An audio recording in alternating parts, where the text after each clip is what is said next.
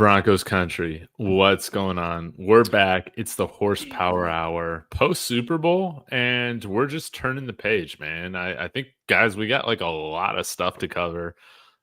So I don't even know if we'll touch much on the Super Bowl, but hey, everybody watching, be sure to like, subscribe, get in the comments. You guys help make this show fun. You don't have to agree with us. I was arguing with all y'all in Kodiak and Mark's stream yesterday. That was a lot of fun. Shout out to Cal Shee as well for sponsoring Dave Talks Broncos. Use that code DTB for a $10 bonus when you deposit. 10 links in the description. I guess, guys, like, do we just want to get into our free agency stuff, or like, did you guys? We didn't do any prep around like Super Bowl, but honestly, I'm kind of like, whatever with the Super Bowl, it happened. The right team won, and that's really about it. I don't know, Jeremy. Anything you need to say about the Super Bowl? It went down about the way I thought it was going to.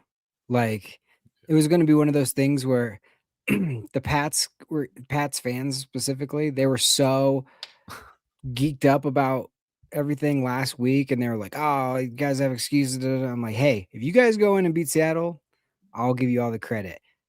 Do I think you're going to go in and beat Seattle? No, I don't. When Pat Surtain predicted a 35-7 Seattle Seahawks win, I was like, they're going to get killed. If Pat Surtain because that's just downright disrespectful. And he was almost right. He was almost right there for a minute. So, yeah. Yeah, outside of Matt Collins, just having some Matt Collins moments, whatever. But today, guys, we're going to go through each different person here on the panel has like a different position group where we're going to talk about kind of our top targets for these different position groups in free agency. I'm including some guys to talk about in the trade market as well, or potential cap casualties. So guys, we'll cover the wide receivers, the tight ends, the running backs. What was the fourth one we had? Linebacker? Inside linebacker, yeah. Okay. Well, let's go ahead and get started. We'll kind of have 4 different discussions around these items. Well, and I guess to just level set, right now the Broncos sit at about $26 million of salary cap space. With a few different moves, they can open up close to $40 million. That is releasing Ben Powers. And releasing Ben Powers with a post-June 1st cut that should open up, I think, about $13 million. You have Matt Peart's going to open up $3 million. And we should just move on from Drew Sanders. That saves us like another $1 million. So that should get us up to north of $40 million for the Broncos to work with. Who wants to start first, man? Who is really feeling their position group right now? I'll go. I'll start. Yeah, I just looked at the faces of Kodiak and Jeremy, and they're like, I could go. I mean, I don't mind whoever wants to go. Yeah, I'll go. I did the tight ends. So speaking of send nudes, I will start with the tight ends here, and we will go. So here's the way that I did it, right? In terms of, I put like a top 5 list together, but it wasn't like I was like, oh, these are the 5 best tight ends available for the Broncos. Like, I tried to make it realistic. So I tried to be like 3 guys that I would consider to be starters, high-end, more expensive players, and then 2 guys that I think are really good players that we can get for cheap. That would be like the blocking hybrid Adam Troutman replacements. All right. So we can also talk about some cap casualties too. So for me, we're going to start with number 5. Well, should I start with number 1? I'll start with number 1. It makes more sense in this one. So my number 1 free agent tight end target, after looking at this for the last, 2-3 weeks now, even before the Broncos lost, I went back and forth, and I've come to terms with, I think the guy that I want the most is Cade Otton, the tight end from Tampa Bay.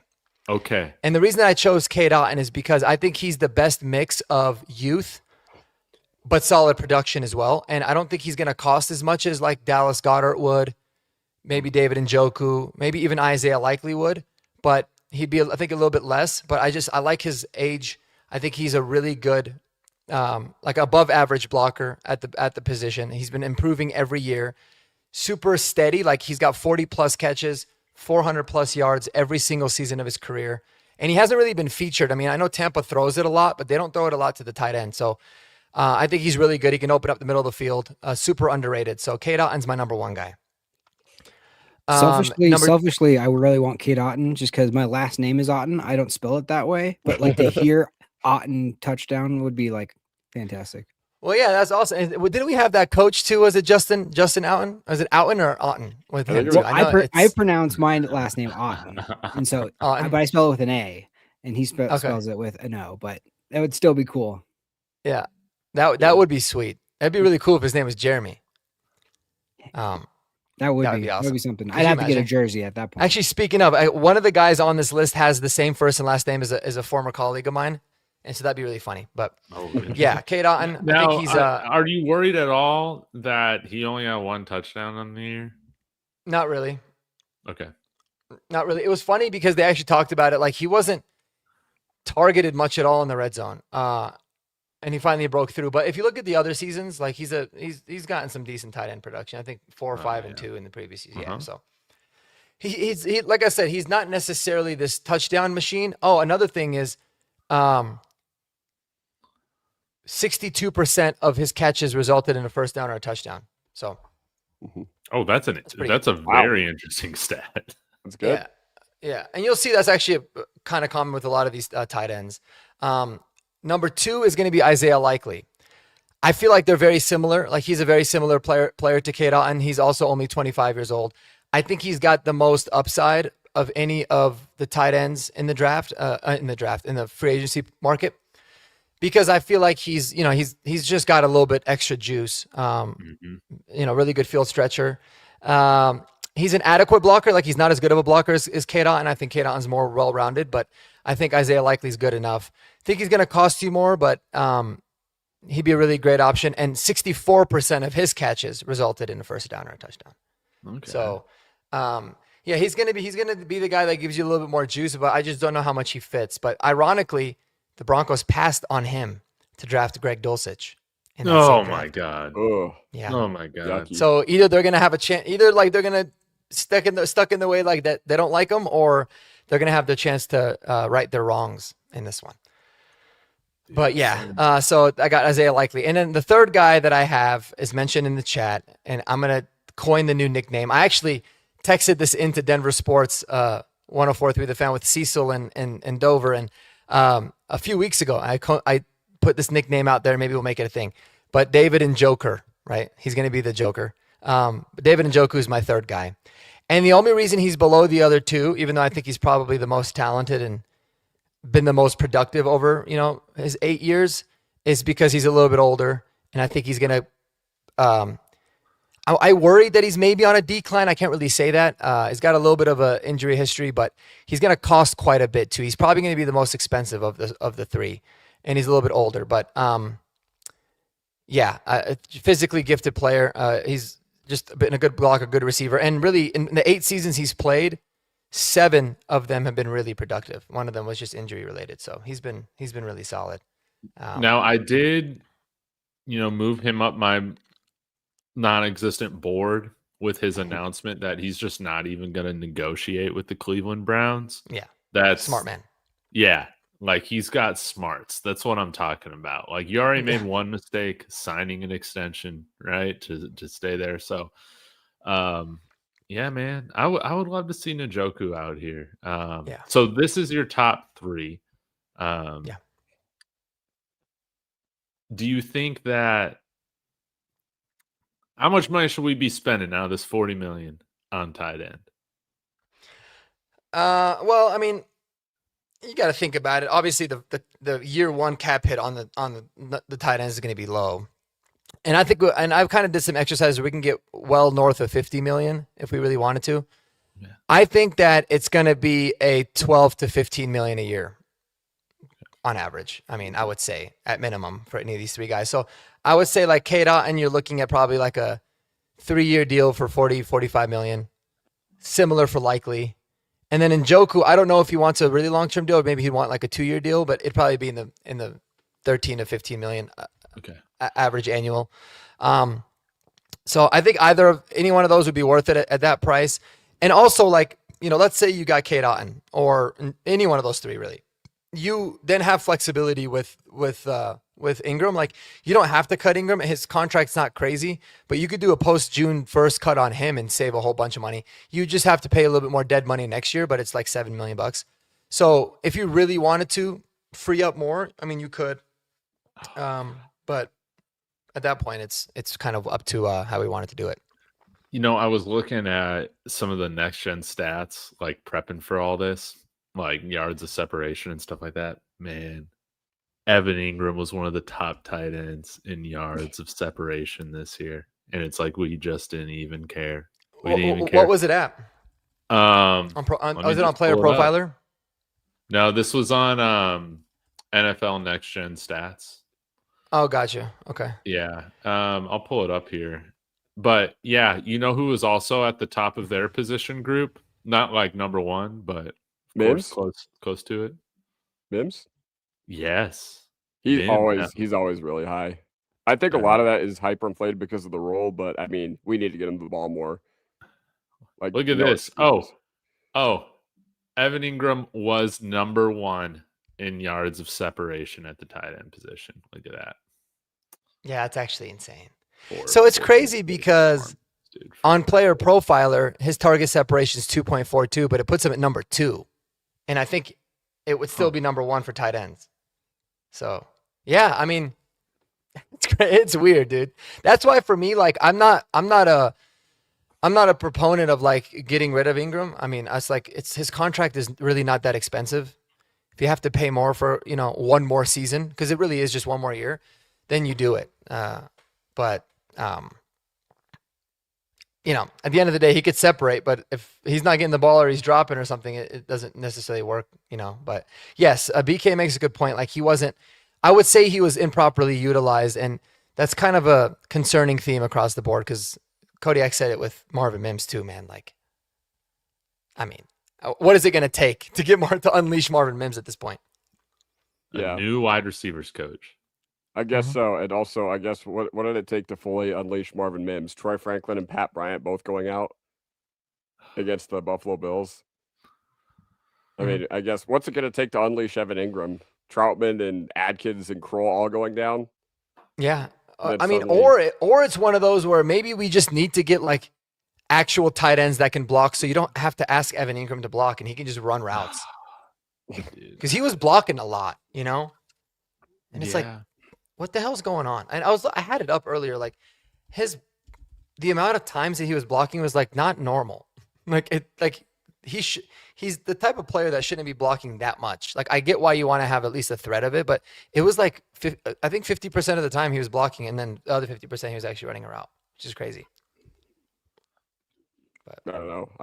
The utilization, like, we got to get a little bit more serious about all this, because we can talk about who we want to sign and what role they're going to be good in. But if it's September and we're still deploying these game plan specific packages where we're running like 3 tight ends and setting our best receiver, best playmaker out there on 15% of the snaps, then it might all be for nothing. Yep. That's a very good point. At the end of the day, though, we need to sign at least one of these guys. Mark, I know I'm putting you on the spot, but we got a bunch of tight ends that like we need to move on from, probably including, Root Beer. Who else we got? Lucas Kroll. Are there any like, I don't know, bargain basement tight ends that you've been looking at as guys that we could probably sign post draft? Say we don't draft a tight end or draft another basketball player that you think could fill a nice depth role for us.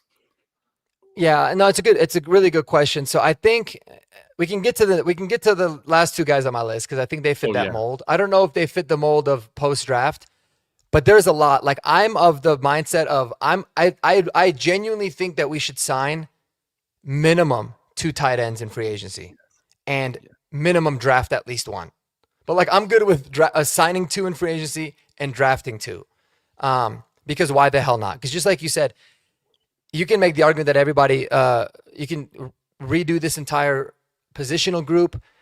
You can look at, like, say, okay, maybe Nate Atkins is the only one you do keep because he was really injured this year, and at least we've seen that, like, as a blocker, he's decent enough at it. It's like, okay, sure, fine, you can keep him. He's cheap. But I'm obviously good with letting him go. But yeah, so I like for number 4, who I had was Daniel Bellinger. And I was kind of a fan of him during the year. He ate us up, like the one game he ate a lot. But Daniel Bellinger, I feel like, is one of those players that here's what I wrote down on him: does everything Troutman is supposed to do, but better. You know, he basically is like, because I feel like the role he played is very similar to what we want Adam Troutman here, but he's a much better blocker, and he's a more dynamic receiver when he gets the chance to. He's a huge red zone target. It's one of those, like, he's not gotten a lot of chance to catch the ball, but when he does, it seems like he's making plays. And he's still young. He's only 27 years old. I don't think he's going to cost a whole bunch. So I think Daniel Bellinger would make a whole bunch of sense. And he's the guy that has the same name as a former colleague of mine. So there's that one. And then I want to get to my number 5 because I feel like it might cause a little bit of drama. And it's going to be a fun speculation. And then I can get to answering your question on, because there's a lot of blocking tight ends. Charlie Kolar is one that I mentioned quite a bit in the past too. I think he's either the nephew or the son of Bill Kolar, our former O-line coach. But like this dude, all he's done in the NFL is just be a blocking tight end, and he's just extremely good at it. Like he's 270 pounds, just smaller for the Ravens. So he's a bargain basement guy. But my number 5 is Taysom Hill. Yes. I was hoping you were going to bring him up. I just can't. I feel like of all the, you know how Sean Payton has his crushes, like the guys he just can't get enough of, and I usually hate all those guys. I'm totally with him on Taysom Hill. Yeah, I love Taysom Hill. I wrote here, like it or not, the fit makes a lot of sense. Yes, he's 35, but believe it or not, he's been in the NFL just as long as David Njoku has. He was a very old prospect coming out of BYU. He can block his ass off.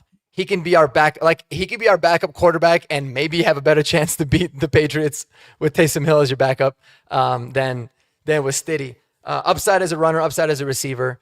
And dude, I think Taysom Hill is really good. I think he can give you another, year or two good. He looked good coming off the ACL injury, and he played limited this year, but I thought he played really well. So again, he'd be a depth piece, but super familiar with what Sean Payton wants to know. He can help a lot on those goal line packages and short yardage.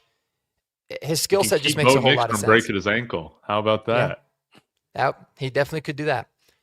No doubt about it. So I think Taysom Hill is a really good option. I think he'd be super cheap. He's gotten like a shitload of money in his career. It's crazy.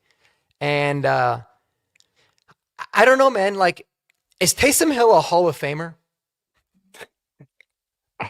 What Hall of Fame for what? You know what I'm saying? Like, I know this sounds crazy. And I had this argument with somebody once, and I'm like, dude, you can make this argument. This dude has 34 rushing touchdowns, 13 receiving touchdowns, 12 passing touchdowns. He's got touchdowns of receiving on kick return and on punt returns. Like, he's legit. He's done things that no one else in NFL history has ever done. So you can make the argument. But regardless, I think he's a really fun player. And it's like the wild card. I'm not really saying that he's going to be a Hall of Famer, but it wouldn't surprise me. I'll tell you what. I put in Taysom Hill before I put in any punter or kicker into the Hall of Fame. I know that's probably controversial, but yeah. Maybe not like Adam Vinatieri. Didn't he win like 3? He won like 3 Super Bowls, right? They should have like they should have like an interesting section in the Hall of Fame of just like, look at this guy. Like, this is an interesting guy. Like, this dude's done a whole bunch of random shit. Yeah, shout out. Dude, it's crazy. Like, I mean, this dude was undrafted, and like, he started games at quarterback, looked good as a quarterback, and then dominated as a tight end and dominated as a running back. And he's out there on special teams lighting dudes up, and he's like returning kicks. I'm like, this guy literally does everything. It's pretty damn impressive. But yeah, I love the idea of Taysom Hill. Like, if we got 2 of the 5 guys on this list, like let's say K-Dot and then Taysom Hill, you're like, sweet. Then you can keep Ingram, you can keep Atkins if you wanted to. I'd still draft another tight end. But like, that's the bare minimum, I feel like, of what we should do to redo this whole room. Mm-hmm. I'll say this too. Like, I was thinking about this a lot the last 2 weeks moving up to the Super Bowl. Is I don't get why we didn't make this move for Taysom Hill at the trade deadline, man, with how bad our tight ends were. And we win this game against New England, like you said, Mark. I'm pretty convinced when it starts snowing, you just put Taysom Hill in that game, man, and we win that game. I'm convinced. Yeah. We probably get destroyed by Seattle again. That's just how I feel. Like, if they were giving the Patriots that much difficulty on offense, probably Jarrett Stone, Taysom Hill, they probably would have had their way with us. But yeah, is it because he's 35? I don't know. I think we didn't trade for him because we would have owed him. We would have owed him like half of his contract, $7 million. Oh, so unless they were willing to take it on, which would have been stupid for them because they're already like eating so much void years. The Saints and their they're cap, so dumb. They're so dumb. They trade for Vele. They get rid of Shaheed for that 4th round pick, dude. Whatever. So exactly. Yeah. Once again, I just want to throw this in there. Like, I think Taysom Hill, like, the problem with putting him in the Hall of Fame is, let's say in like the next 10, 15 years, there's a guy who actually does what Taysom Hill does, but he does it like at a much higher level. Then when that guy retires, everybody's going to be like, all right, Taysom Hill got to the Hall of Fame. Then why is it this guy? But, also one more thing, if we're putting the interesting section of the Hall of Fame, you got to put Desmond Watson in there, even though he never played a snap for the Buccaneers. Well, what's his name? The dude that like they have, I feel like they do have a honorable mention or an interesting section because isn't, why am I blanking on his name? Kendall the guy Hinton. that started at quarterback for us. Kendall Hinton, yeah. Yeah. So in there, but guys, I don't actually think that Taysom Hill is a Hall of Famer, but I think it's a worthy conversation. Like, it's one of those where I agree. if he ends up being like inducted after 20 years of eligibility and finally gets in, I'd be like, I get it. I can respect it because he's done something that nobody else in NFL history's done. Like, Devin Hester got in the Hall of Fame as just a return man, So if you're telling me Taysom Hill can't get in there because he threw for he's like 7,000 career passing yards. I mean, his stats are actually pretty damn crazy. I ain't gonna lie to you. Yeah. But yeah, that's what I got. But in terms of just to wrap it up, you talked about like some bottom bin kind of guys, I guess. Yeah. There's a lot of free agents that guys that are just strictly blocking tight ends that are available, and there's a lot of cap casualties too that I wanted to go over. That this fantasy life Kodiak had shared it earlier. Like TJ Hawkinson is somebody that's an interesting name. He's not a bottom of the barrel guy, but Dawson Knox, Dalton Schultz, Cole Kmet. Oh, Dawson Knox would be awesome. Yeah, Dawson Knox would be really awesome. Cole Kmet would be dope too. Hunter Henry, be surprising. Colby Parkinson, they have Evan Ingram on there. Tommy Tremble. Tommy Tremble's another one I talked about. Like, he's a really good blocking tight end, and he's someone that if he became available would, I don't think, cost a whole bunch. Especially because some of these guys, like Tommy Tremble, for example, they would still have $2 million that they owed him, so he might take a little bit less because he's still getting paid by the Panthers, and that goes for all these other guys. So Will Dissly and Charlie Warner are also on there. So there's a whole lot of guys that could become available, but yeah, I mean, we'll see.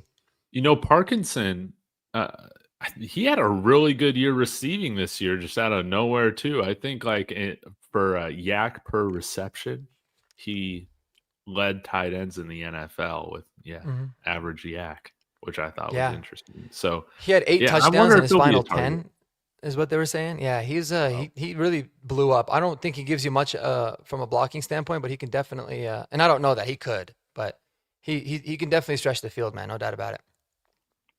What about converting Frank Crum to tight end after his performance against Buffalo? I think he's the best tight end we have on our team right now. Yeah, exactly. He'd definitely be a good blocking tight end, and he can catch on too. So he led all tight ends. Well, actually, he was tied for first in tight end touchdowns this season. That's embarrassing. That's how bad. Garrett Bowles in the Pro Bowl looked pretty good as a receiver too. No shit. Now he's too valuable as a tackle, obviously, but yeah.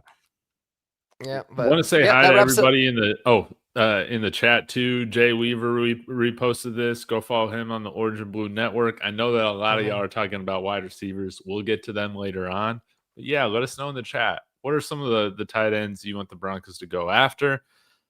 Any final thoughts, man, on the tight end position? I'm with you, Mark. We need to sign at least 2. At least. Yeah. I think my final, I mean, we've hit this, we talked about this a lot. I mean, it's a terrible room. It needs an entire revamping of the room. But I think this is the positional group that you need to hit the hardest in free agency. because it's a lot easier to know what you're going to get with veteran tight ends than betting on the upside. Like, I love the idea of Kenyon Sadiq in the first round, but I just don't trust Sean Payton and his coaching staff to utilize him to the full potential. So I'm very much like my thing is go out there and get a couple of really good veteran tight ends that can actually be worth a damn. And then if they don't produce, then it's just a problem with the coaching staff, period. No. But hopefully Davis Webb can change some of that. But yeah, like huge question. I think every other position you can make the argument that okay, if we're gonna address it in the draft, I'd be okay with it. I would not be okay with it in tight end if we just did it in the draft. Mm-hmm. Yeah, and this will be like a draft preview, but you guys have seen that movie Draft Day, right? Sure. No. Okay. Well, then disregard this, David. But I'm gonna give you guys a little insight and preview to our draft talk here pretty soon. Yes. There you go. I know Mark like that one. I agree with you. I love it. Raritan, no matter what. All right. Well, thanks for letting me start, guys. That was my tight ends, and I think it's only fitting to go from a tight end to a wide receiver, right? So who? Okay. Y'all want to do it? Well, I got to shout out Darian. He's in here. What's up, man? We were having a great back and forth yesterday. It was like me against everybody.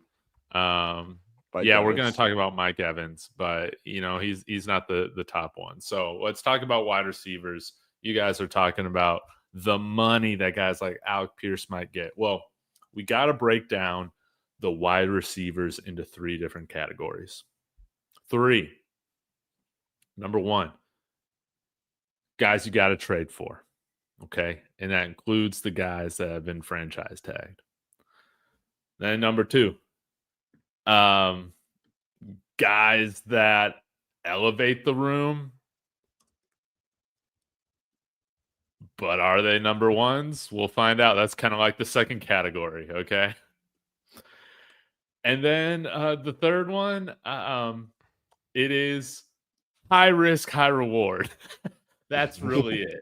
There are 3 different categories for this. So love it. Let's start with the guys that you want to trade for. And this includes guys George Pickens, who's going to be franchise tagged, as well as it's looking like Indianapolis is going to franchise tag Alec Pierce, who I believe, as Mark, I think you were the first one to plant your flag on this show with Alec Pierce.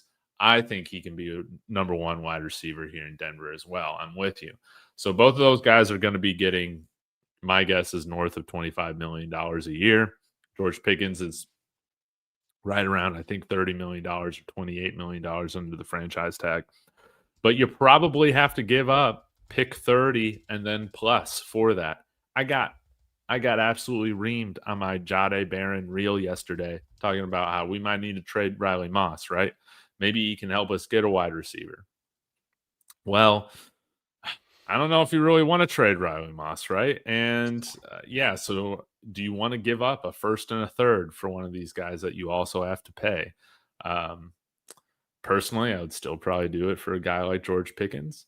I would still probably do it for a guy like Jalen Waddle. But I think the Dolphins are going to try and keep him around, even though they have a lot of cap issues. A.J. Brown is somebody that I have warmed up to, thanks to you guys. He's still got tread on the tires. I would be a fan of that, bringing in a number 1 wide receiver that route. And we need to make like a Godfather type offer for not only Justin Jefferson, but we do need to call the Jets, because the Jets have been willing to move off of guys that they feel like they're getting overpaid. Now, when we get to the wide receivers in free agency, here are really the only ones that I see as guys that I would be interested in us targeting. And it's a controversial group. So let me go ahead and pull this up. Let's start with the really boring one.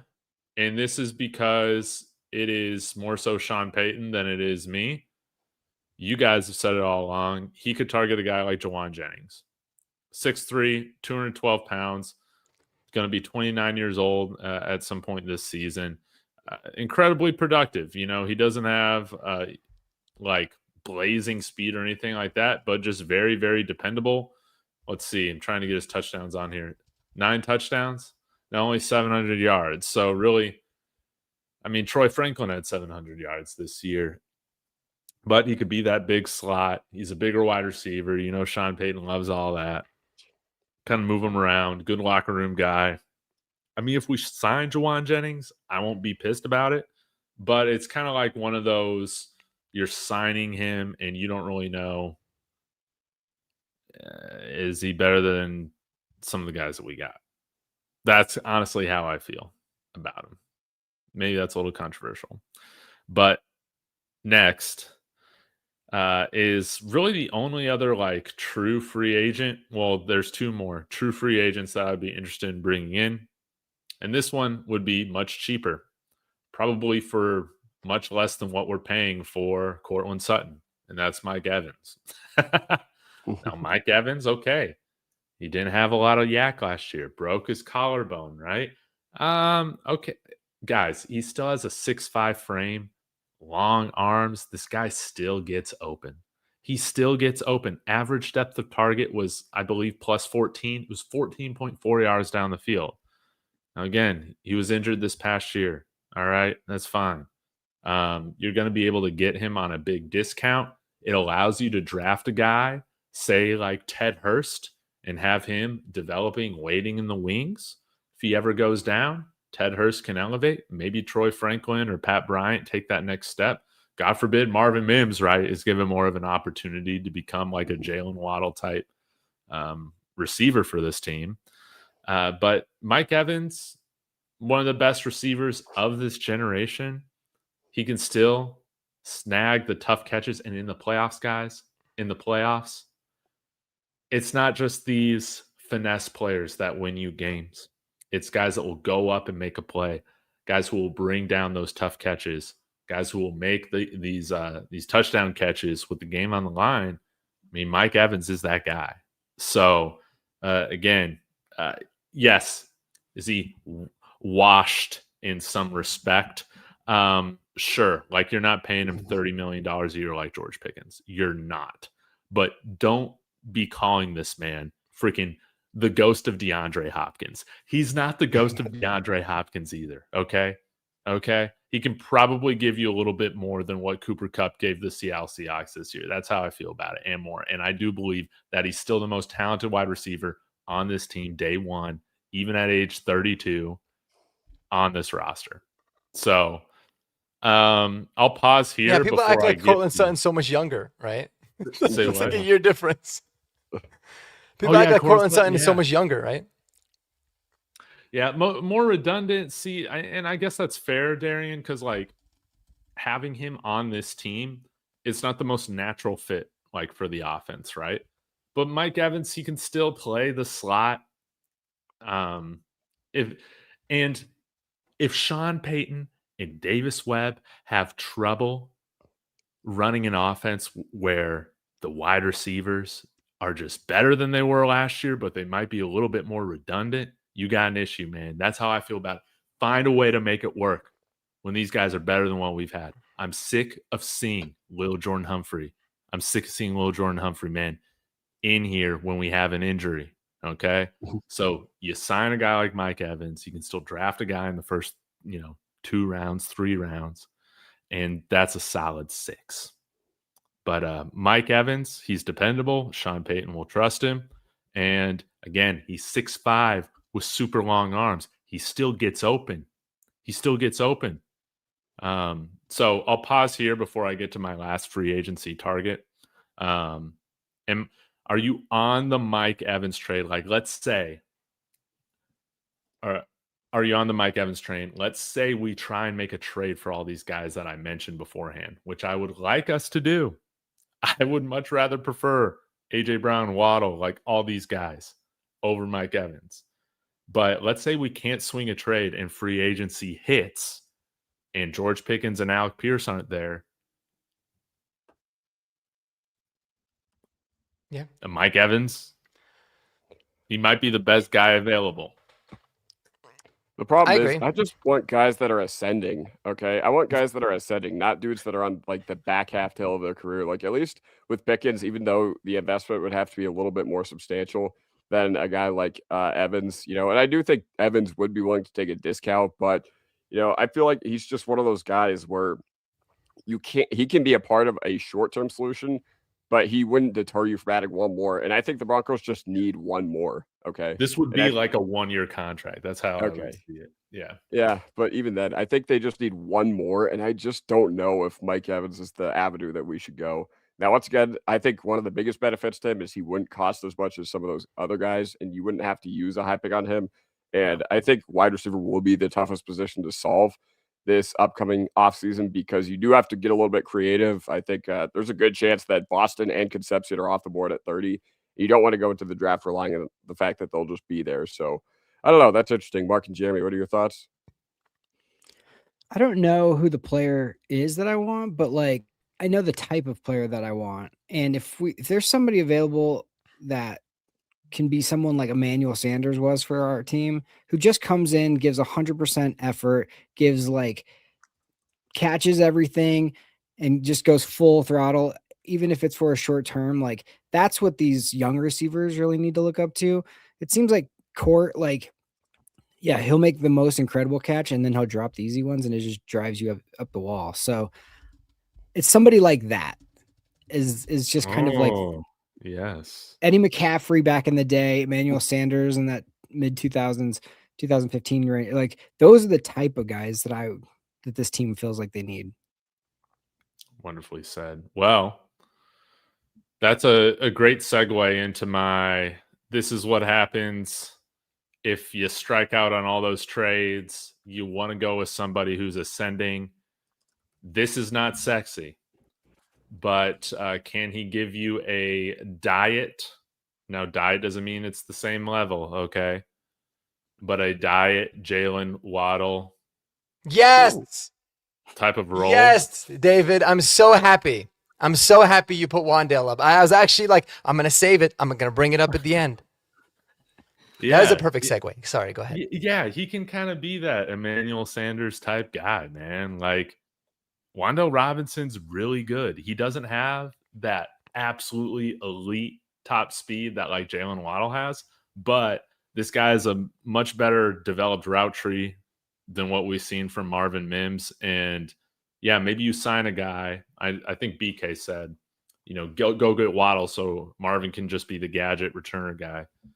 Go get Wan'Dale Robinson so that Mims can just be that gadget returner guy and, deep threat or whatever. But Wan'Dale, man, he can, you can target him from all over the field. Now, again, the thing is that he's, 5'8", but we've seen plenty of offenses make things work with a 5'8" wide receiver. Why are we any exception? Like, Jalen Waddle's not much bigger. Yeah. So I think that this could be like a sneaky good target. And I think that there will probably be a little bit more of a demand for Wan'Dale Robinson with just how shallow this free agency class is for wide receiver. Yeah. And, Mims is in the last year of his contract. I don't think, like, personally right now, I wouldn't extend him. I know he's a great returner. You can find other returners on day 3 that you're not paying $10+ million for. Yep. Like, yeah. Darian brings up an interesting point about Sean doesn't like small guys, and it does seem to kind of go with Marvin Mims always being on the back burner. But then I think of like Bo Nix playing with Troy, who's not the biggest guy in the world, Tez Johnson, who's not obviously not big at all. And he like used those guys all the time. So it is interesting to see if somebody like who's 5'8", 185 could get a lot of run. And he dropped like 3% of his targets, like 3%. Like the guy holds on to the ball. Yeah. No, I mean, I think like I get it, but it's just like, will they be utilized? Like Evan Ingram, when we signed him, it was like, oh, here we go. And then they just never even threw him the ball. So you're just kind of like, you got to figure out who and where they're going to get.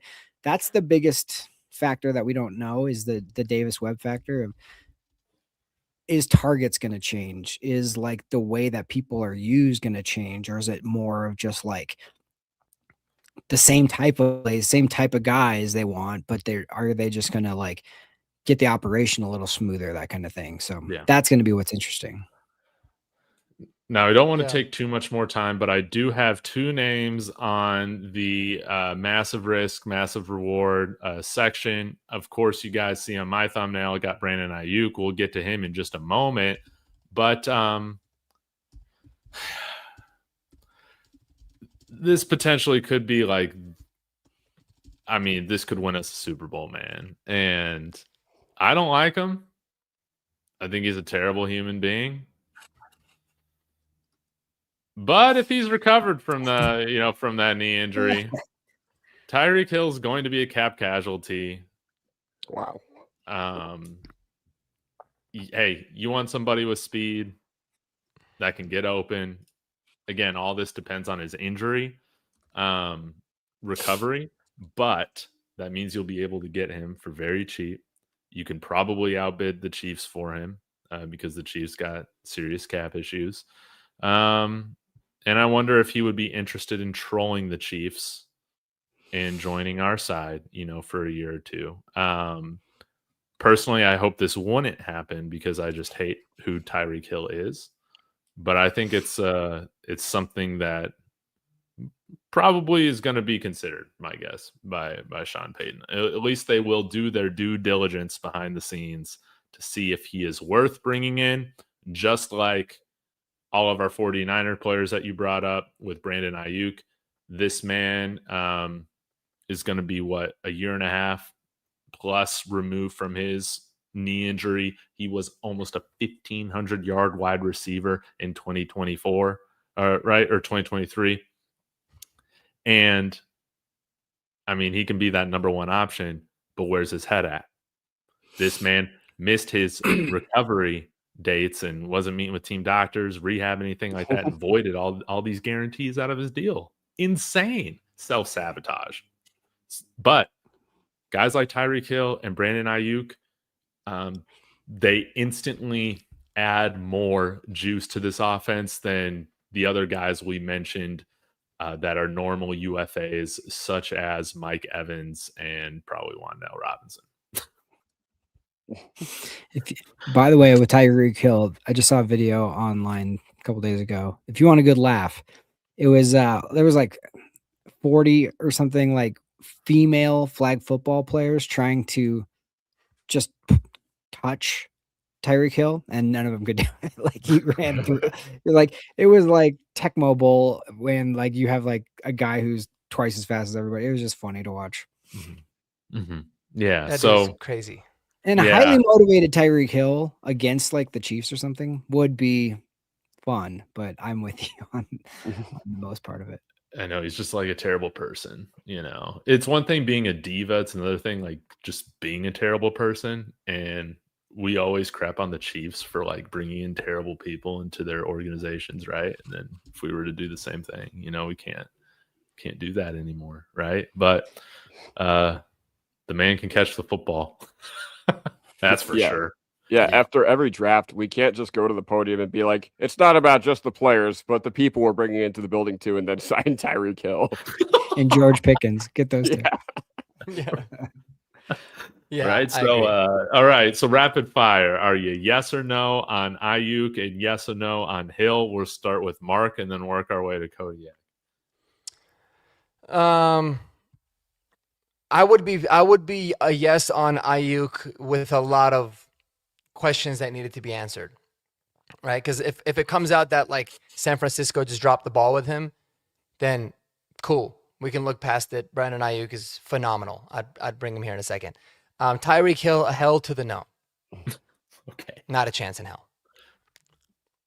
No way. Jeremy? We wouldn't be able to talk shit about Chiefs fans signing like terrible people anymore either. That's the big part of why I wouldn't want it. But no, I'm good. I'm good on Tyreek. I would say no on both. I think it's just Sean doesn't go for guys that like take plays off or does any of that extra stuff. It's just not the way this team is like. this team overachieves, or the sum is better than the collective of, you know what I mean? So I just don't see those guys. That's why I don't see George Pickens being a guy either, honestly. I just think that they'd rather have a guy that you're kind of like, that's really the guy that's starting, and then him overachieving. That's kind of his MO. And I think that's not going to change. Very fair. Kodiak? Yes, on Ayuk. I think I'd be willing to do it like with almost no parameters or restrictions just because of how good he was last time he was on the field, but definite no on Tyreek Hill. Okay. Yeah, I'm down for Ayuk. I'm leaving the door cracked for Tyreek Hill. That's as much as I'll say. I'm that desperate to have some weapons on offense. So Hill, Taysom Hill, Tyreek Hill, offseason. There you go. Get them both. I like it. You can't get too more. There couldn't be more opposite of players on and off the field, but I like it. Both over the hill as well. Yeah, exactly. That's very true. Let's finish off with the offense, and then we'll go to defense. So, who had running back? I did. Okay, I'm gonna go fast since we've got limited time here. Oh yeah. I looked. I mean, here's basically. I'm not gonna rank anybody. I'm not gonna do all that kind of stuff just because I didn't prepare that way. I was looking at guys to drafted as well, so we'll save that. But like, I think this team needs. I mean, 3 out of the 4 people in our running back group are unrestricted free agents. So I think 2 of those guys should probably not be on the team next year, right? So if one comes back, if you can get J.K. Dobbins back at a good price, it comes with 2 caveats. It's got to be a good price, and it's also not with like the intention to have him be like the workhorse guy. Almost have him be like the third option of like, when we need you. Now, he might not want to sign up for that because in his mind, he's like, I'm not injury prone. It was a fluke thing. I should get the carries. I earned it. I had a great year. All those things are totally true. You just cannot bank on that. I mean, we just saw 2 games, these last 2 games. It's like we should have been in the Super Bowl and we would have had a really good chance if we were at full strength, but we weren't because of those reasons. We got injured and we didn't have our guys when we needed them most. So we have to learn lessons from that. That being said, if you look at the available free agents, how would you guys feel? I mean, everybody's going to say Breece Hall. I don't see Kenneth Walker probably leaving Seattle after that, but he's one. Obviously, Dobbins is our guy that we've covered. How would you guys feel, which is, I never in a million years thought I'd be saying this, but like, how would you feel about a reunion with Javonte Williams? See, that's what's interesting is like, if he wasn't a former Bronco who we saw like being like, he's got nothing left, we would be like, oh, this guy had a great year last year and it might not cost that much. But because we have that history, I just find that so interesting because he balled. I mean, he played phenomenally well for Dallas, way better than everybody would have expected. I don't see that happening, but it would be interesting. Then there's weird players like, you got Isaiah Pacheco, somebody like that, where you could steal him from the Chiefs. He runs really hard. Again, he gets injured, but like you wouldn't want him to be. If we could get somebody like that to be our 4 or something like that, okay, like that would be fine. You know what I mean? I wouldn't never want that to be like, we're good now because we got, but I kind of feel like we should draft one high. We should sign a priority free agent that should be the veteran in the room. And then we should have either the 4th guy be another veteran free agent or a back of the draft kind of guy. I think we need to infuse it with 3 new running backs to be like safe and just get more juice in the room. I mean, I really liked a lot of what RJ did, and I think he's only going to get better, but there was just a lot that he wasn't seeing. And I think he was thinking too much out there, but he was making big plays like in the clutch. I think that play that inevitably beat the Bills was him taking, a dump off screen and then, breaking 3 tackles and really setting us up. So, people like the Nick Chubbs and the Najee Harrises and those kind of guys, it's just like, I don't I don't see that being like the type of guy we need, you know? And then this draft, Mark did a really good video about top 10 running back draft prospects that I'm totally on board with. So like, yeah, for the people who haven't looked into that, like Mike Washington, I love. Jadarian Price, I really love. And then I doubt we could get him, but Jeremiah Love is just, he's a sicko. So I think if we could do a combination of those, we could really rework that room. And that's going to be the position that really helps out Bo the most. I know everybody's thinking wide receiver, and tight end is also can be as well, but like running back is like the biggest pressure valve. And if we can take some pressure off of Bo, that's the most important thing. And it'll be interesting to see how Davis Webb kind of changes, like we talked about. So is there any other guys that you guys had your eye on, running back free agents, that I didn't touch on? Yeah. Brees Hall, Algier. I think those. Did we talk about the big? I said Brees Hall, but yeah, there's Algier and there's Etsy. And I think Brees Hall needs to be like the top guy at Denver's target with how shallow the wide receiver group is. Like, so I made this point yesterday when Mark and I were live. So if we're going to just abandon this run game and give our running backs like 7 to 8 carries in our biggest games of the year, I want to hand it to a guy who can house it on every play. And Brees Hall gives you that absurd playmaking ability. That's my argument and my pitch for Brees Hall. Now, if you're going to sign him to like a 3 for 40 or whatever market value contract, you got to make sure that the utilization of him is actually worth it. Yes, Jaleel sucks, but if you got to balance the utilization, we can't just go away from the run game and be like, why are we paying Brees Hall this contract? It would be like Evan Ingram all over again. Why are we paying him this contract to not use him? Okay. Yeah. And I looked at Spot Track. They have Brees Hall as actually the most expensive he should be market value guy. He is generational with what he's done with the freaking Jets. He's a Hall of Fame talent. They have him at $10.4 million a year market value. And they have Kenneth Walker at $9 million. Brees Hall is a better running back than Kenneth Walker for sure. Those guys are going to get both well over $10 million. That's my prediction. They have Javonte as the third highest at 7.3. And then they have here. I know. And then they have two guys. They have Travis Etienne at 6.8, and they have Rico Dowdle at 6.5. Rico Dowdle, he's a nice consolation. Yeah. You guys gave me an idea for my next video or next agenda. Brees Hall is the next Saquon Barkley. Leaves a poverty New York team and comes to a team and real team and then just goes ham. Wins the Super Bowl. Yeah. Yeah. I love it. It's such a good free agency class, man. I mean, you got to get a couple of these guys, but somebody brought up Rachaad White. I think he's awesome. Yes. I love Rachaad White. I think he fits really well with what we want to do. But yeah, people forget. I mean, I say people, I mainly talk about myself. I forgot, like, Brees Hall had 78 catches last year. Not last year, like in 2024. 78. Yeah. That's crazy. But yeah, no, I mean, dude, any of the guys you mentioned, aside from Pacheco, I can't stand Pacheco, even though he's pretty good. Cool with him as running back 4, but yeah, I'm good with him as the 4, but he'd be like an upgraded Jaleel in my opinion. Definitely. Yeah, here's the only good thing he would bring is like he would because he's like such a fired up runner. Like he'll have a 2-yard run and get all pumped. And so I'm like, I feel like he'd probably actually be able to get in Champagne's face, like, run the goddamn ball, dude. We're not doing 2 carries a game. But yeah, there's a lot of really good guys. I mean, Algier I love as well, but yeah, there's a lot. And I think if we do bring back JK, it's not going to be done till May, right? Training camp. Yeah.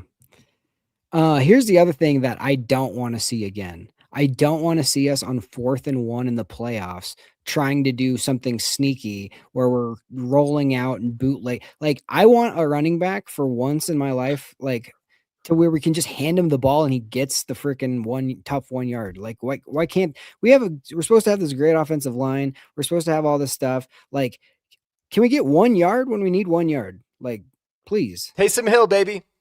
That's why I want him. I mean, the other part of that is they said Stidham was like one of the most prepared guys in this offense. So you know what you should have done in that situation? Line him up under center. Hut 1, hut 2. And go. And Easy. Yep. There you Instead go. of did a bootleg. Yep. Yep. All right, right. Yeah, let's but go. really, my hopes are all for Breece Hall, man. He changes everything. My hopes are for like just nailing a rookie running back and having a 1-2 punch with RJ Harvey for like the next 5 to whoever knows how many years. That would be my ultimate. If you could get like Price and Harvey and just being like bang bang, like that would be ideal. But Yes. yeah, But I mean, yeah. do you want to pay all the money to not run him? Like that's the problem. Will Davis Webb actually run the football? Will Sean Payton and Davis Webb run the football? I don't know. We'll find out. Yeah. We'll find out. But one thing that we know is that Sean Payton loves to invest in defense. Same with George Payton. So we do have one position group here that's on defense that's worth talking about. Kodiak is at corner. I mean, man, I know at number 30 in the face, Cisse is going to be staring us in the face, and we are going to have to do everything that we can to prevent George Payton from reaching his hand in the cookie jar for that one. But no, it is not corner. It is inside linebacker. Okay. I don't know about you guys, but I'm tired of watching Singleton. I'm tired of just watching our linebackers just not be passable. Okay. Dre Greenlaw, not understanding this defense, not up to speed, even in the back half of the year. What even is that? Sternad, you played very, very well this year. Made me take back everything I said about him back in 2024 when I said I don't want to see this guy on the field again. Absolutely balled out, but Sternad wants to get paid somewhere else. And I think he's deserved that opportunity. And I think, I think the only guy you could really bring back in this room is Greenlaw. Give it another go. I think Drew Sanders, he's honestly a guy that I just trade at this point. I think just see. Right? Yeah, I think, well, if he has any value, I think you could still, since he was a early round 3 pick, I think you could still potentially get like a 2028 7th for him. And I think it's just better for everybody to move on because we did him no favors deciding that he was a linebacker and an edge and then flip-flopping on that or whatever. But one of our biggest snaps in a long time last year on Chargers Thursday Night Football, 3rd and 11, we dial up a blitz, he sacks Herbert. So that was good.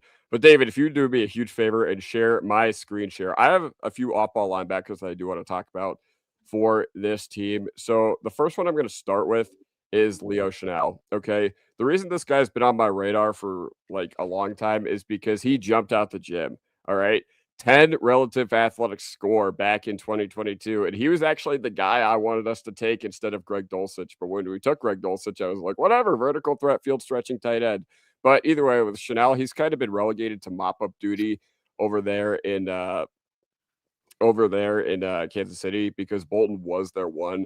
But Bolton, he's kind of like me. Like at my restaurant job, it's very physically active. But I feel like, next month, exactly, I'm going to be 25. Nick Bolton is washed at 25. And I feel like, unfortunately, with the contract they paid Nick Bolton, they kind of had to utilize him in that specific role. Not because he was the best, but because that's sort of what they wanted to do. But Leo Chenal, he played in a tough defense to pick up. He played in a very aggressive defense. Spags, 3rd and whatever. He's always going to dial up pressure. History tells us that. But yeah, a pretty good guy by all accounts. And the Chiefs, they can't keep everyone. They're already having a litany of cap problems as well. And for a guy who had a surprisingly outstanding year for Cleveland that a lot of people have been talking about has been Devin Bush. Okay. Mm-hmm. Now, what sticks out to me about Devin Bush is that he was 5th in the NFL amongst linebackers in yards per coverage snap, which I think was just absolutely crazy. Wow. I don't know how to get to like the specific. I don't know. I'll worry about that later. But either way, so he only allowed 247 yards, and that was on 403 coverage snaps. And I think for Bush, like obviously the profile made a lot of sense for the Steelers to go up and get back in 2019 because they actually traded up with us. And if you guys remember, we had Devin Bush written in on the card until we traded back for Noah Fant and Drew Lock and a litany of busts from the 2019 draft. But either way, he finally put it together in year 6, I think, of his career or 7. It was really interesting. I think one of the big things that was why he was able to succeed was because he was playing next to Schlesinger in Cleveland, and they also had a really strong front seven. They obviously had Mason Graham this past year as well, and Schlesinger, who won Defensive Rookie of the Year, but Myles Garrett also breaking the sack record. And this guy's been a sure tackler. He's been a sure tackler basically his entire career. So, I don't know. You guys have any thoughts about Devin Bush before I go any further? Only 7.1 missed tackle percentage. Any thoughts of the first two guys I mentioned before we get to the other two? I love both Bush. of them. Yeah, I like both of them. And I think there is one guy on my list. I think that can be the green dot guy. And, shout out to Luka Evans for asking him at the Super Bowl if he'd be happy to play in orange and blue. And here you go. Nakobe Dean, linebacker out of Georgia, who a lot of people were really, really excited about in the 2022 draft. He was I remember around mock draft season, February, January, around this time in 2022. I remember he was late first round, early second round buzz. And then he falls all the way to the third round, same with Channing Tindall, from that same draft class. But either way, the good thing about Nakobe Dean is, once again, you look at the coverage stats, and he has held up for the most part. 249 coverage snaps, and he's only allowed I think 19 targets, or in 28 targets as well, which I think is the lowest per target. The thing is, though, he does allow some explosive plays. Looks like he allowed somebody on the Chargers to sneak out of the backfield here. But yeah, once again, with Nakobe Dean, you get a guy who has been pivotal for the Philadelphia Eagles and their leadership as of late.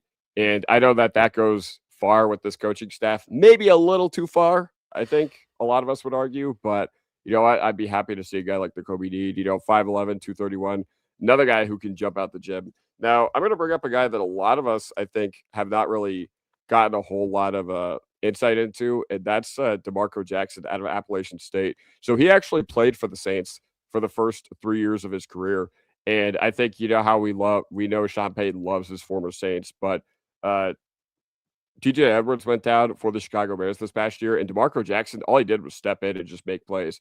And he actually was PFF's highest graded coverage linebacker this past year. Now, granted, it's on a very limited sample. It's on 183 coverage snaps. But man, all this guy did was step in and really just step in and show out on their biggest games of the year. But yeah, I mean, if you're going for a bottom barrel budget signing who flashed in limited action, I mean, maybe another team overpays him because of what he did in that limited action. But man, looks like he's finally starting to put it and get together. I think you could compare it to Sternad. Maybe this could be a reroll on Sternad. I know that doesn't sound sexy to a lot of people, but yeah. Any thoughts about any of those guys I mentioned? We could talk about the guys currently on the team, or any targets you guys have.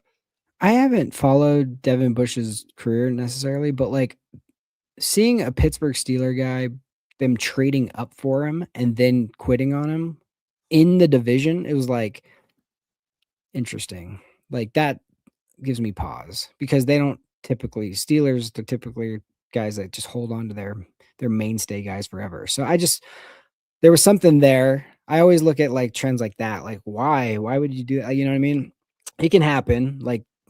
Sometimes it just doesn't click until a guy's a few years in or whatever. But that was my only ever thing with Devin Bush. Yeah. I mean, he wasn't that good when he was with Pittsburgh too. It definitely took him a long time to actually really show out. I think they drafted him after Shazier had that really, really bad injury. And I don't know. I think they were expecting him to ascend into that role, and I just don't think he ever did. But you know what? Like you said, year 6, year 7, how often have we seen that? That seems to be a theme in the NFL, where a guy just can finally put it together and be a late bloomer. It seems to happen more at linebacker than any other position. Yeah, it's kind of the quarterback of the defense. You're calling you have to make sure you're the green dot guy typically, and all that kind of stuff. So that makes sense why it would take a little bit of time. But I found that interesting. Why didn't you include Devin Lloyd in here? Well, the reason I didn't include Devin Lloyd in here, actually, that's a good question. We should have touched on him.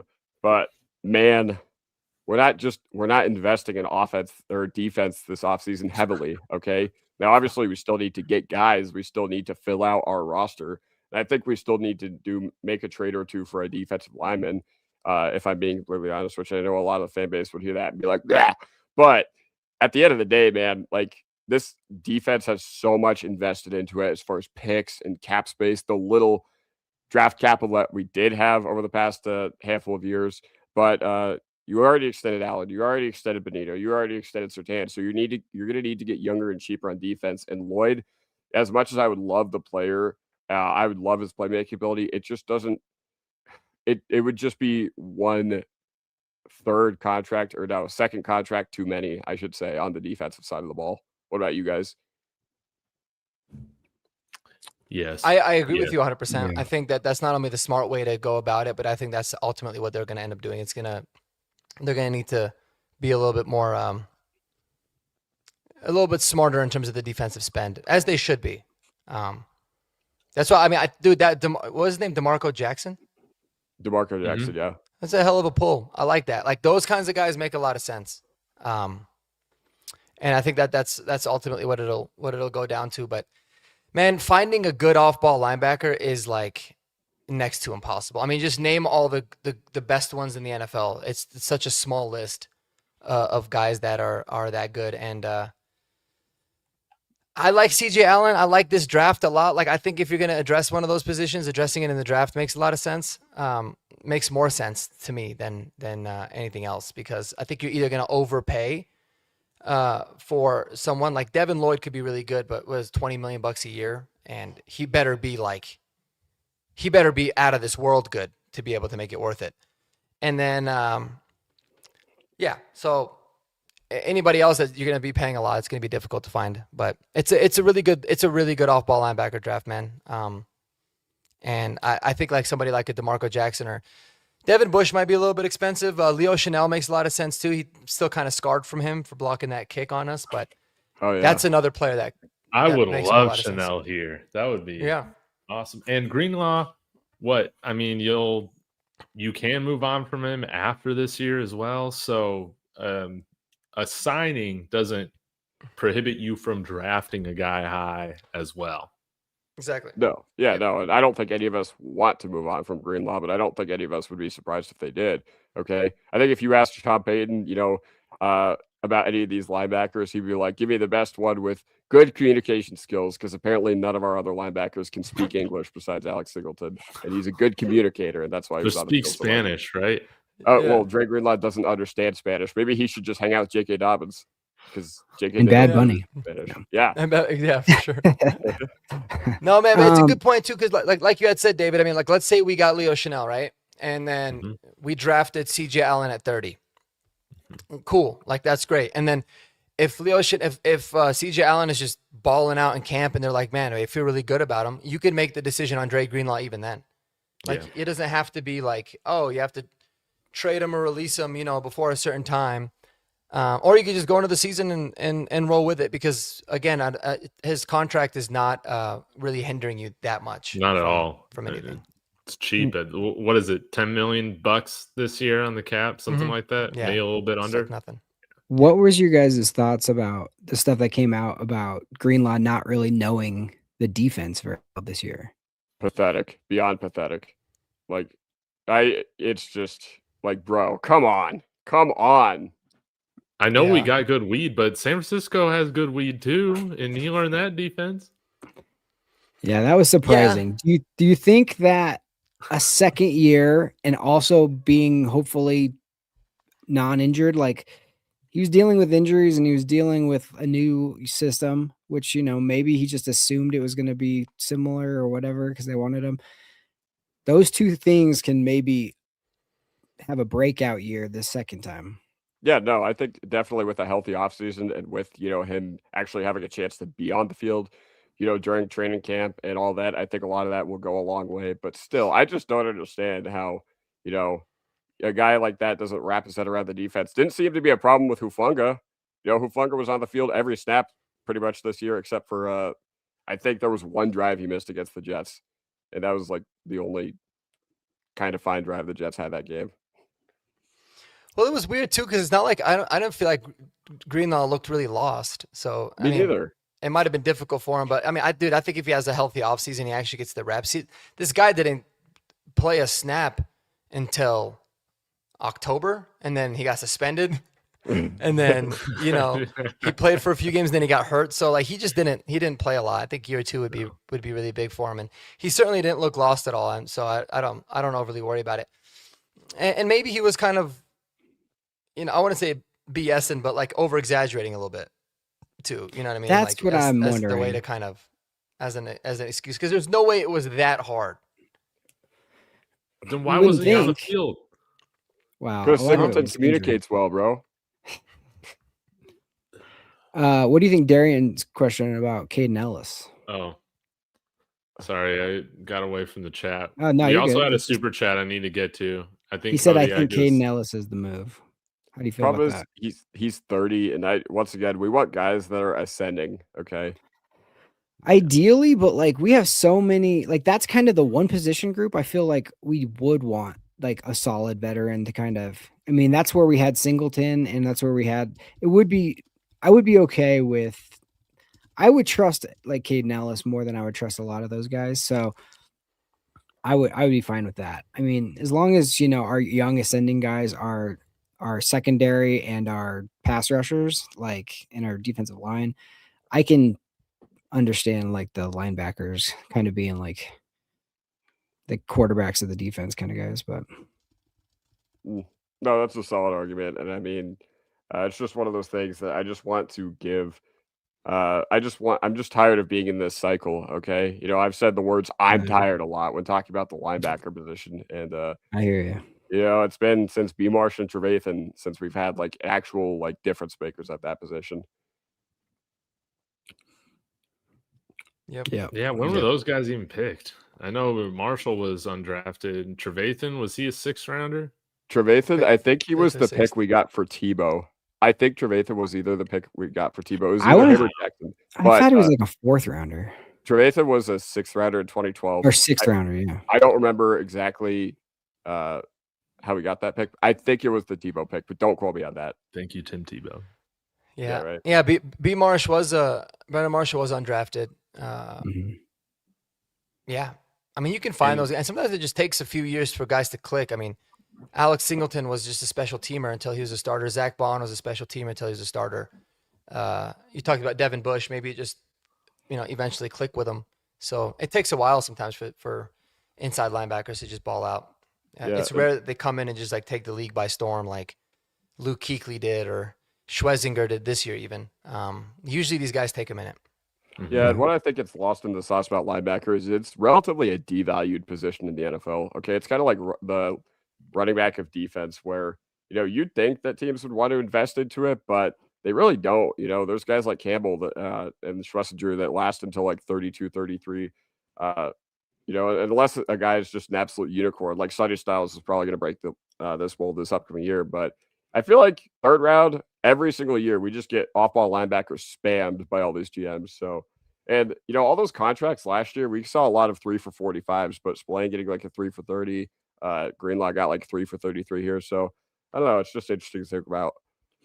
I think it's because they want to play so much like nickel and like that kind of stuff where they just want to get safeties more for coverage than they do want to, traditionally have like 3 linebackers out there, like getting just for matchups and all that kind of thing. Sean is like the guy who's like, oh, we got this guy on the field. Like you saw him in the playoffs. As soon as one guy went out, it's like, oh, let's attack that. So I think that's typically why it's been devalued. But you're right. And we got to stop with the Riley Moss slander. I'm sick of this. We kind of floated it out there just to float it out. But come on, guys. He's been a fantastic football player for the Denver Broncos. Like all I have to say is last year when he went out, we looked like a completely different defense. Like, oh man, we had never seen had his value. It was like Bo Nix once we saw Jarrett Stidham play. It was like, oh, never mind, he is amazing. Like we already, we knew that, but like the rest of the NFL was like, they understood what Bo Nix was as soon as they saw Jarrett Stidham. We saw what Moss was as soon as he went out and saw Levi Wallace or whatever it was. That was rough. And anybody you take off the field, I know the default to just be like, well, we got Barron in the 1st round, he's got to play. But like sometimes that 1st round pick might not, it's got to be the right. I'm not saying Barron's bad and he is going to be good, but like that might not be his spot. He might be the nickel guy, I don't know. Who's that defensive tackle dude that we drafted at the end? like What season? 2013, 2014. That dude didn't play really at all, but he I did think it was play Cody on X's a favorite player, one of his favorite guys. No. You're talking about McDelvin Agee. Are you talking about Sylvester Williams? Or, yeah. No, I mean, he won a Sylvester Super Williams Bowl was the in first round pick, though. Yeah, he Yeah, was a right. first-round But pick. we We didn't draft see him him. late. I feel like much at all those first. I don't Well, know. like, years. remember he- Shane Ray? We drafted him in the first round. Everybody was super excited about him, and then it didn't really pan out. Like, it doesn't matter where you draft. As soon as you're drafted, it doesn't matter where you're drafted. As soon as See- like you're on the football team. So like from there on, you just Sylvester have, was our starting nose on that 2015 team. It's pretty crazy. Yeah. I still feel like Yeah. he barely played because of how lethal Jackson and Wolf were on the interior that Yeah. year. Yeah. But either way, he just kind of held there's up. there's a couple things I want to counter with Jeremy to like, yes, I get it. You know, we saw what Moss meant to this team back in 2024 when Levi Wallace went out, but Mhm. that was Levi Wallace. That was like an all-time unmitigated disaster. Yep. Okay. You saw Chris Abrams-Strange step in for Surtain this past year, and we barely missed a beat on the defensive side of the ball. Okay. We did not skip a beat. And not to say that Chris Abrams-Strange is the long-term outside solution, because like he's what, 5'10, 5'9, like 179 pounds. He can't like he wouldn't be able to hold up throughout a whole season. But also, you know, Jahdae Barrett, I think corner in our defense is plug and play. I think you saw that this past year with Abrams-Strange, and I think they drafted Barrett with the idea that he would eventually usurp either McMillan or Moss. And at some point, Moss is going to be a UFA after this year, and you just got to figure out where you're strong and start pivoting resources to your entire team. but and I hear all of that. The thing is, when it comes to cornerbacks, you're only as good as the worst one, because that's the one that can just keep throwing it to. So like, if you have a fall off and then and let's say, oh, all the starters are pretty good, but then after that, it takes a big dip and then one guy goes out, now you're screwed, because like that's the Levi Wallace I'm talking about. It was not necessarily Levi Wallace, the player, but Levi Wallace, the situation of being back to your weakest link. And then all of a sudden it's like your whole defense is like got like a huge vulnerability. So that's the only thing is like, yeah, if Moss is going to cost a ton and you don't want to waste all your resources on one position group, I understand that. But like right now is I think, you know, we've been lucky by the depth we've had. Now, if we lose that depth, we could be in trouble. Yeah, no, I think you're right. Yeah. But David, Mark, any thoughts on that? I think you got to trade Riley Moss. I'm just kind of, you can't really talk me out of it. And it's, again, nothing to do so much with Riley being good or bad. I think he's a great starting corner. I think we'll get a really good pick for him because teams will view that. But it makes too much sense. And I think that I hear Jeremy's argument in terms of like, almost be careful what you wish for. You know, you think Barron can come in and just do as well. But one thing I do know is what Riley Moss's ceiling is, from what I've seen. And he's just not a playmaker. He's not someone that makes teams pay for going at him. Jahdae Barron can be that guy. And really, without the pass rush that we have, our secondary could be a lot more vulnerable anyways. So I'm definitely of the camp of trade Riley. Get a pick for this year. Utilize Jahdae Barron. Keep developing your guys. Keep draft. They're gonna draft. If we whether we trade Riley or not, they're gonna draft a corner probably maybe sign one too. Mario Davis, baby, 6'4" corner. Tech Davis, Arizona legend. I love him. Yeah, so I just think I think it's time, and like I keep going back because it's like, yeah, he made some plays, and then you guys know who Shedrick Jackson is? Have any of you guys heard of Shedrick Jackson? No. All right. I'm glad nobody heard of him. Shedrick Jackson plays for the Raiders. Okay. He had 4 catches for 56 yards and a touchdown the entire season. All right. His touchdown and 2 of those catches were on Riley Moss. He absolutely cooked Riley Moss, actually. And it was a beautiful throw by, it was Geno Smith's backup, little hand guy. What's his name?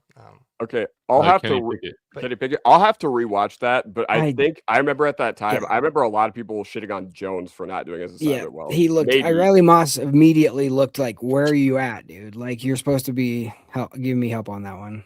Yeah, so I remember that play. Well, potentially, but like again, there's always those moments where you're like, "What the hell?" Like he got burnt by somebody in the Commanders game. It was another no-name guy, like late in the game. Burks did like the Odell thing, remember? Yeah, that one I didn't blame him for. But there was one he got Jalen burned down the sidelines. By It was some on the random end dude. where he thought the play was over, and then but Debo. again, he makes the tackle that saves the touchdown. He I did. don't know. I'm just gonna. I say, want him. I want him out of here because I think he can help us get a number one weapon. But No. if you're saying, Dave, you got to put money on what's going to happen, it's everybody returns in the secondary. That's what they're going to do. Barron's going to be our cornerback for the second year. Yeah, and That's they're what my gonna money say is that's why they fired Addison Lynch. They fired Addison Lynch because he was teaching Riley Moss to pass interfere too much or something. You know I what? don't know. Maybe. Like I said, I because- mean, I hate having the conversation because it's like I defended Riley all year. I don't want to come off like a Riley hater. It just makes too much sense given where we are right now. You know what I mean? What do you mean? What does that mean? Like we're Because on it's the like- cusp of winning a Super Bowl. Like where are we? Yeah, but you also have you're very deep at corner, and you're gonna lose him next year anyways. Not necessarily. Like, I mean, So depends. if he comes back, Yeah. right, and we win a Super Bowl, great. Then we can lose him, and it's all good. But if we don't, then you're just opening up another problem that you could have gotten ahead of, you know. And I don't think that Riley Moss returning, you know, and Jade Barron playing in a spot, or Chris Abrams-Drain that we at least have seen play in a spot, I don't think that will dictate us winning a Super Bowl or getting to the next level more than if we were to use that resource and potentially get it to somewhere else. Now, obviously, if we traded Riley Moss and we drafted someone and that guy sucked and we basically ended up, you know, he ended up being worthless, okay, then that would be unfortunate. But most likely it's going to be more helpful than it's going to be a bad thing. I mean, But do you think know, he's like going to get paid top tier money? Is that why? Riley Moss? Yeah. Yeah. I mean, why wouldn't he want to? He would. Well, If I was him, if he had another I season want like he to. does this year, if he has another season like he did this year, I mean, he's going to get $15 to $20 million a year probably. It's just usually how it goes with guys on the free agency. I'm not an agent. I don't know, but like it almost feels like the NFL disrespects Riley Moss more than anybody, and like I just don't see them being like, oh, all of a sudden, I know we've talked trash about this guy for 4 years. Now he's like the number one free agent. Like I just don't see that. I think you could get him back for like a good deal. I think he's more valued to us because we understand him. But yeah, it'll be interesting. But Sean traded up for him and then like vouched for him and then drafted Barron in the first round and has had Chris Abrams and then still stuck with him as the starter the whole time. So I think internally they really like him. No, dude, I don't think there's any doubt about it. And like I said, I don't actually think that the Broncos are going to trade Riley Moss. That's what I would think would make sense, but I don't think they'll actually do it. Okay. And I think that front office executives are obviously a lot smarter than like the Twitter people that hate on Riley and don't even watch the Broncos. Depends on the team. I think he's very well respected across the league, and a lot of GMs would be interested in trading for Riley. That's kind of my point. Is it's like I think we can get a 3rd round pick for Riley Moss, and it'd be hard to say no to that. And if you're talking a 5th or a 6th, I don't really care at that point. Like it's not worth it. But a potential top 100 pick, I mean, yeah, I don't see why you wouldn't at least entertain it. And you could regret it, but those are moves that you have to. There's risks that you got to take. There's moves that you have to make, and that one, I feel like at least it makes sense given the fact that we have what we believe is adequate depth behind. Do you trade 30 in Moss for Jalen Waddle? Chat. That would be a lot. I think 30 would be fine. Yeah, I think that's 30 I don't think you'd have to give Moss for that. Okay, a second, then a second in Riley Moss for Jalen Waddle. Again, it's hard to quantify Moss as raw pick value. Yeah. It's because he's an extremely volatile player, and he's going to be in his last year of his current rookie contract. So I don't know. Yeah, but I think for me, like I said, there comes a point where it's like he's playing good. He's getting picked on a lot. I get it. I know he plays opposite of PS2. It's going to happen. But like, okay, make him pay, please. I was like all year. I was like, I hope Riley Moss gets a pick 6, man. That would be the best redemption story. And it's like he plays solid, but he doesn't make that like game changing play. I always take it back to Jaquan, and I know it's a different conversation, but Last year, Jaquan was the most targeted corner on our team. He was the one that got burnt the most. He was the guy that had the most touchdowns scored against him. But holy shit, did he make teams pay at the biggest time. Pick 6 against Cleveland. Always makes big plays. Obviously, he showed up again this year. That's kind of what I want to see is like, you might get burnt, dude, but I want to see you make a play, not just come back and have a PBU or good coverage down the field. Like, make them pay for it. Have them fear you so that they don't even they look to go elsewhere. That's the only gripe I have. But I mean, Now, Denver overall, I tries think Riley bringing Moss this is up. absolutely a starting corner in the NFL. Now, I think we've all talked about just putting like the second round tender on McMillan, where he'll play at like just a little under $6 million for this year.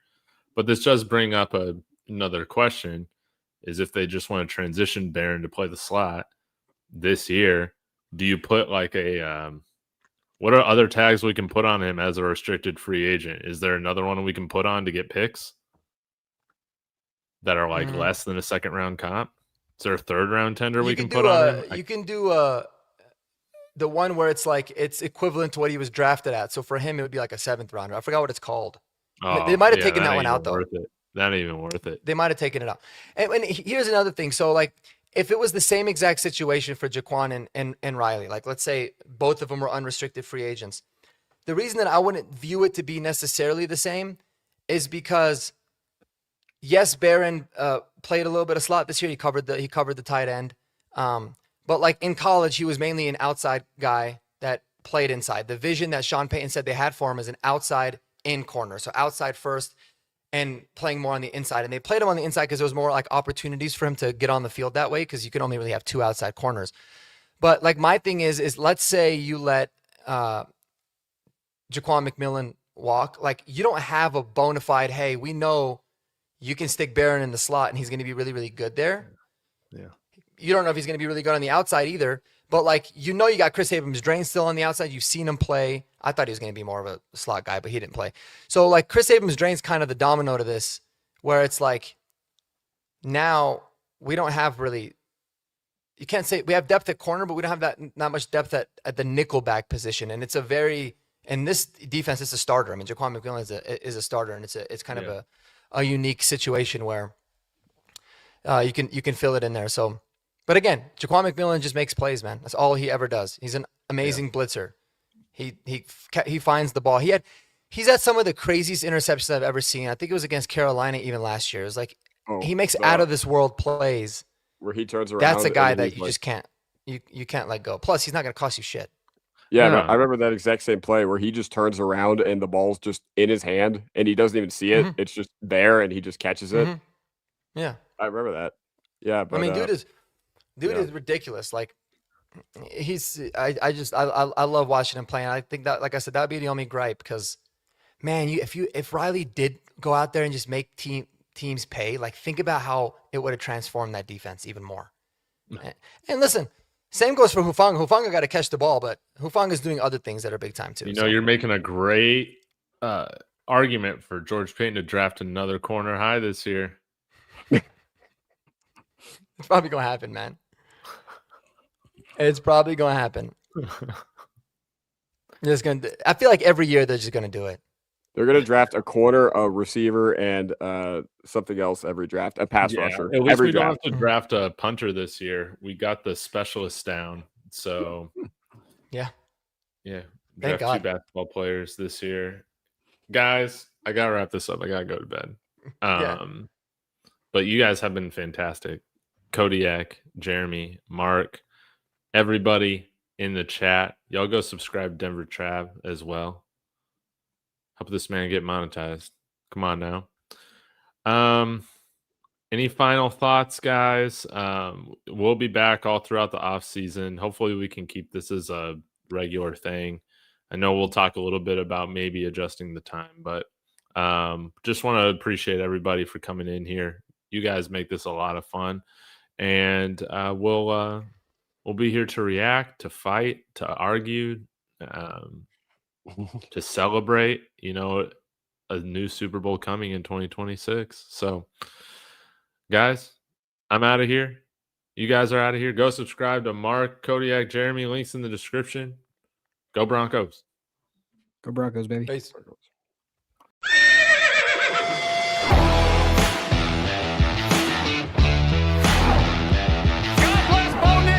sacrifice. He's grabbed and he's going to be sacked.